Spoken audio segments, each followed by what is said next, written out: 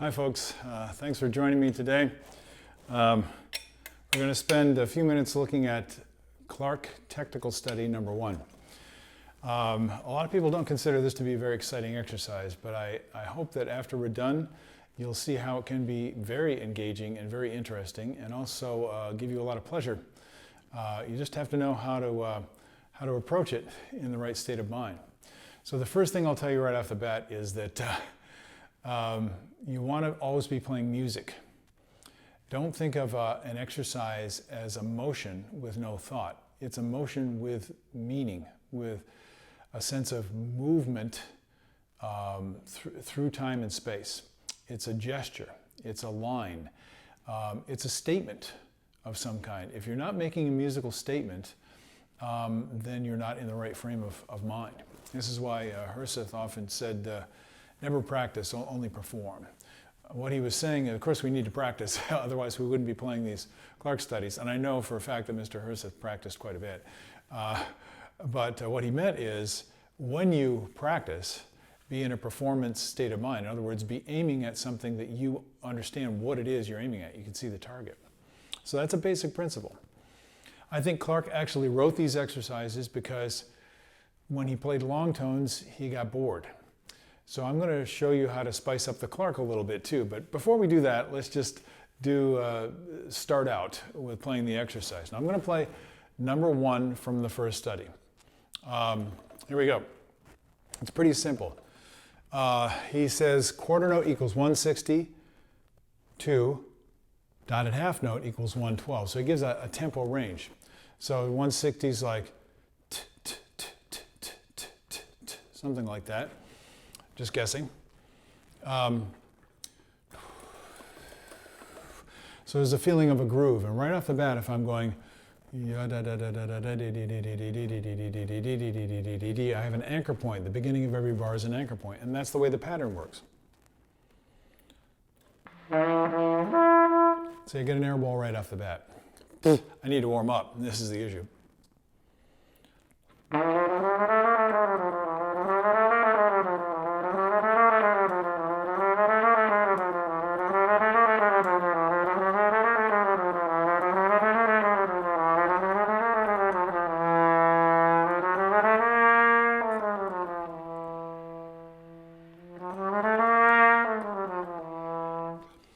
You see how I'm playing with it?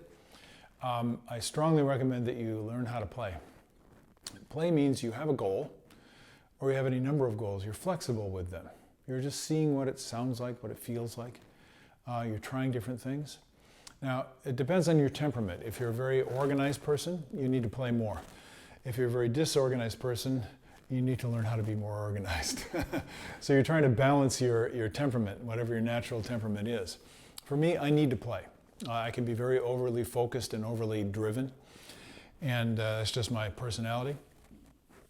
And I need to enjoy the process more. So I've had to learn how to do that over the years, and I hope I will influence you to do the same. Now let's look at a couple of things. I said it was 160 to the quarter note. Okay, let's say that's 160. I'm going to actually turn on the metronome, and I'm going to set it to a third of 160 approximately. Let's say 53 or something like that. Yeah, it was a little too fast.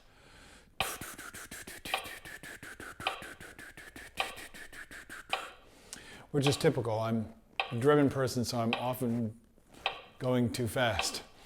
What I want to do in order to counteract that is to get a feeling of playing in 1. So I put the metronome on 1.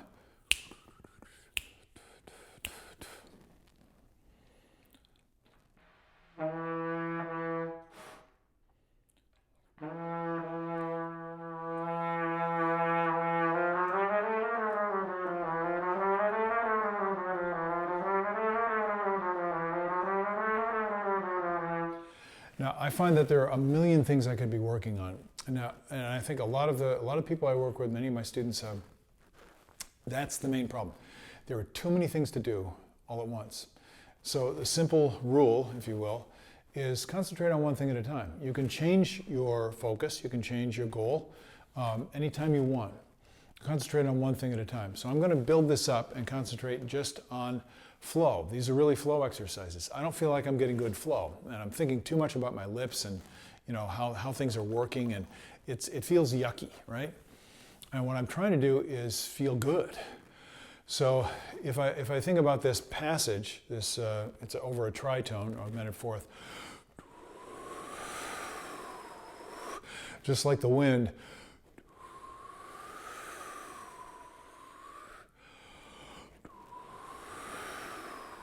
So I'm just trying to get this ebb and flow feeling to it.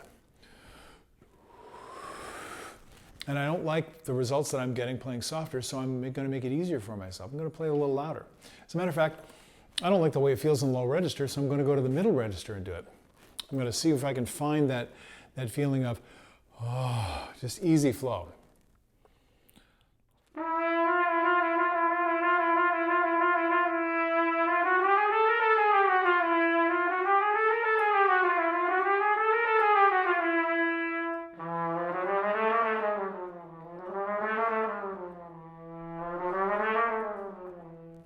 Now I'm getting a much more satisfying result physically and musically, and that's obviously what practice is all about. So how can we build something here? You need to get into a groove so that you're repeating with attention. You're not repeating mindlessly. And a good way to stimulate yourself in this way, and you can do this in a lot of different approaches with working on different material, is aim at that simple goal and see how many times you can do it to your satisfaction. If you can't do it well, if you're starting to get tight, you're trying to control things, go back and just do a much simpler motion, just like I did.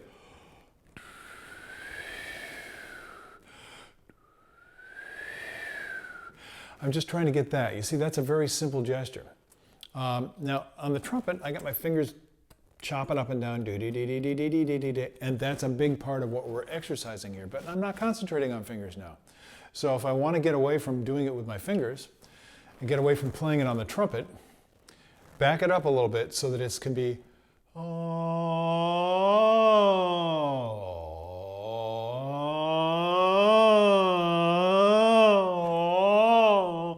see, this is all you're doing.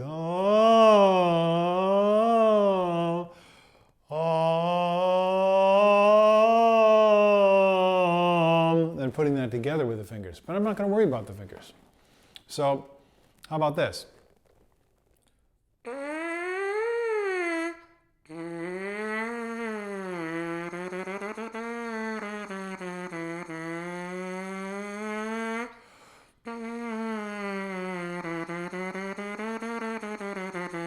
Now I added some articulation. And I'll be honest with you, this is how I practice. If something isn't working well, I try something else. If something is stiff or awkward or complicated, I simplify it. I make it easier. I pick one thing and concentrate. And when that thing starts to feel loose, like it's going by itself, like it's happening automatically, it's getting too easy. When it's getting too easy, then I add some difficulty, or I shift to another topic, another goal. Now, these are all common sense things for anybody who knows how to practice, but I'm always shocked and appalled, amazed at how many people don't know how to use their mind properly when they practice. And that's why I wanted to come back to these exercises. So I threw some articulation in. Why? I wanted to see if it worked. I'm going to do something else, and this is a tip for you. If you can flutter tongue, go ahead and do it. Don't worry about the dynamic, just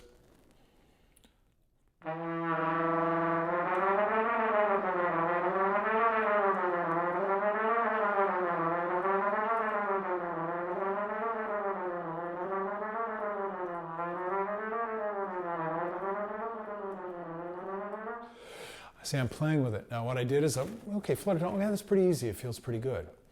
So what I do, challenge myself immediately. Start to lower the dynamic level. And then I start to feel, oh, it's a little hard to control. That's a little difficult. So I stay there for a while, or I go back to where it feels comfortable. So you're always, in a sense, gradually massaging the skill. You're kind of pushing the edges, and then if it gets a little bit reactive, then you back off a little bit. So you can stay loose. Stay loose. Now, another advice that I give to my students about this exercise is I never start where it starts. I never start with number one. And the reason is because the low register is, for me, is more difficult. It is for a lot of people. So I start in the middle register. And I alluded to that before when I started on the upper F sharp.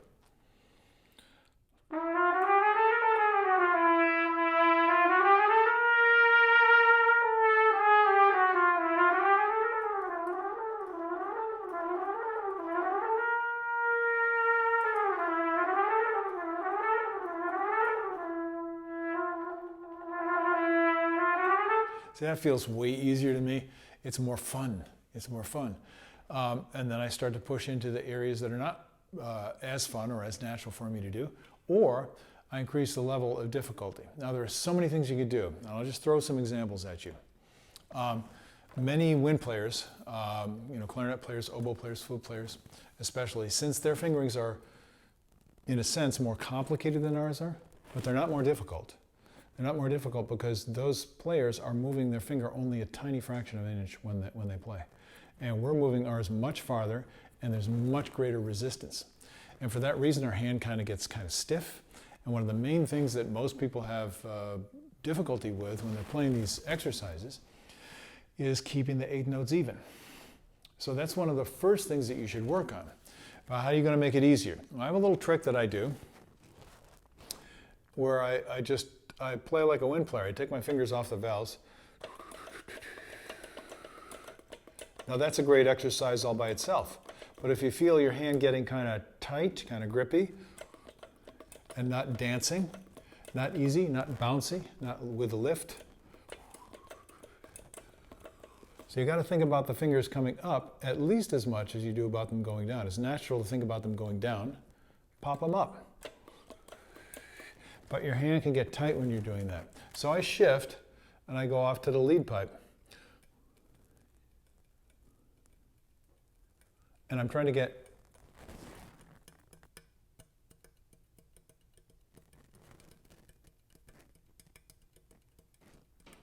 and there's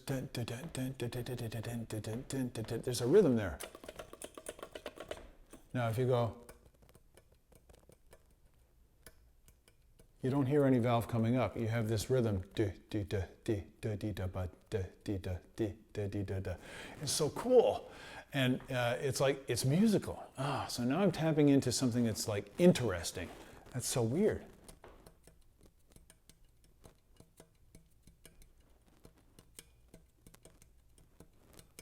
And if my fingers are getting tight, I say, wait a minute, I'm just tapping. I can loosen them up. So this is the case for everything you work on with the fingers. So why not do it in these very simple, repetitive exercises? Really concentrate on gaining greater skill and greater facility at a base level with all the skills that are involved in playing. Okay, so what do the wind players do? Well, assuming they already have great finger control and they can play evenly, you see these are kind of prerequisites, then they might play something like this.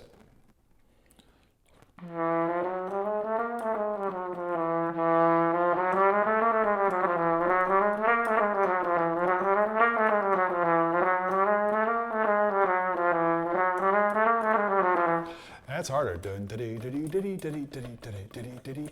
Now you have a 16th, dotted 16th rhythm, a dotted rhythm, where you're not tonguing. So you see your breath is very smooth. The embouchure is very stable.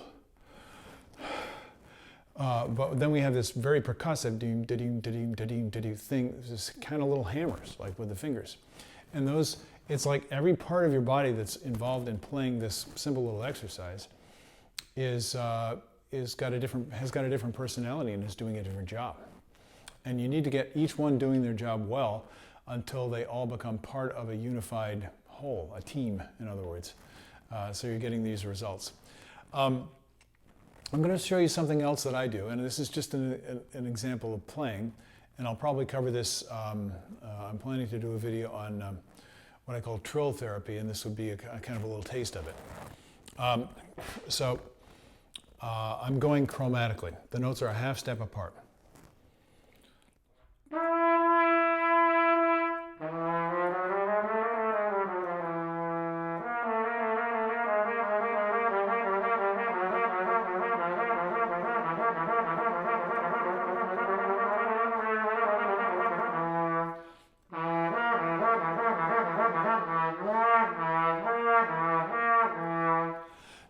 working on, and it may not be evident to you, but what I'm working on is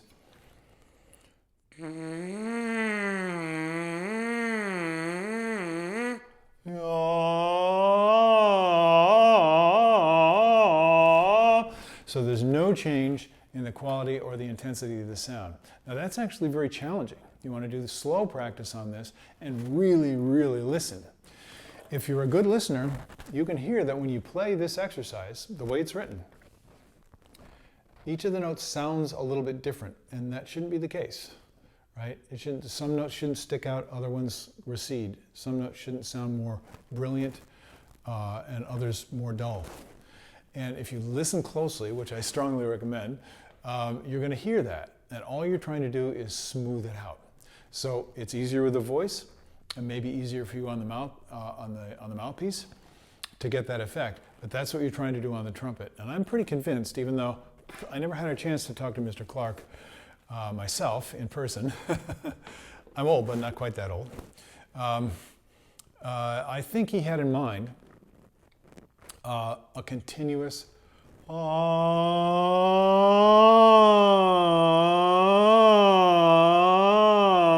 like a long tone, only changing pitch. So what I'm doing today is just introducing you to a few of the basic principles. There are so many things you can do. Be creative. Think of your own things. But keep in mind, what is it that I'm trying to accomplish? One of the basic things is I want a smooth, continuous tone that doesn't change in intensity or in timbre, right? Or in color. And that's pretty challenging to do. And I want the notes to be even, since they're 8 notes, unless I'm playing a dotted rhythm or doing something else around with them. And I want them to be a musical statement, a gesture of some kind, not just a repetitive mechanical physical action. Do something intentional. So that's a little review. I'll give you another one, and we're going to work on this in the second episode. I'll show you something fun to do, but this is something I throw in all the time when I'm practicing.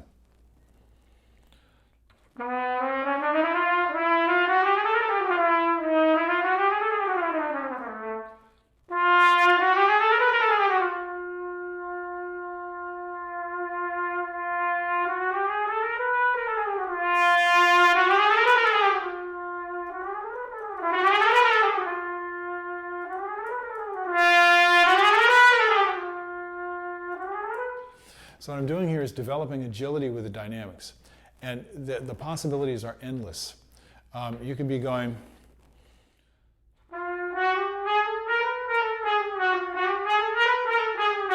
oh, you jazz guys out there. You can be doing daddy, daddy, daddy, daddy. That's something that's a natural inflection that happens all the time when you're playing jazz styles. And many of you know that. But the main thing that I challenge myself with is covering the entire dynamic range. So I might start.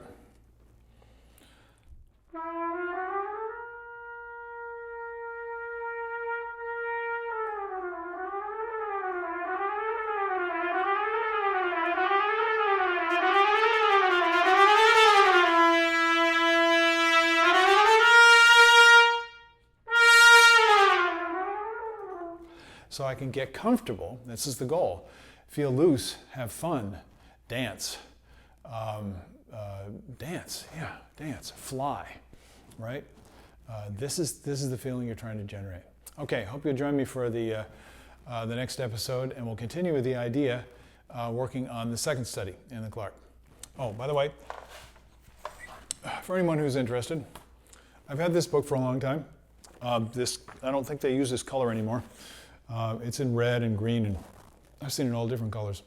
And mine cost $2.25, which is a lot of money back then. I've had it since I started playing, or at least since high school.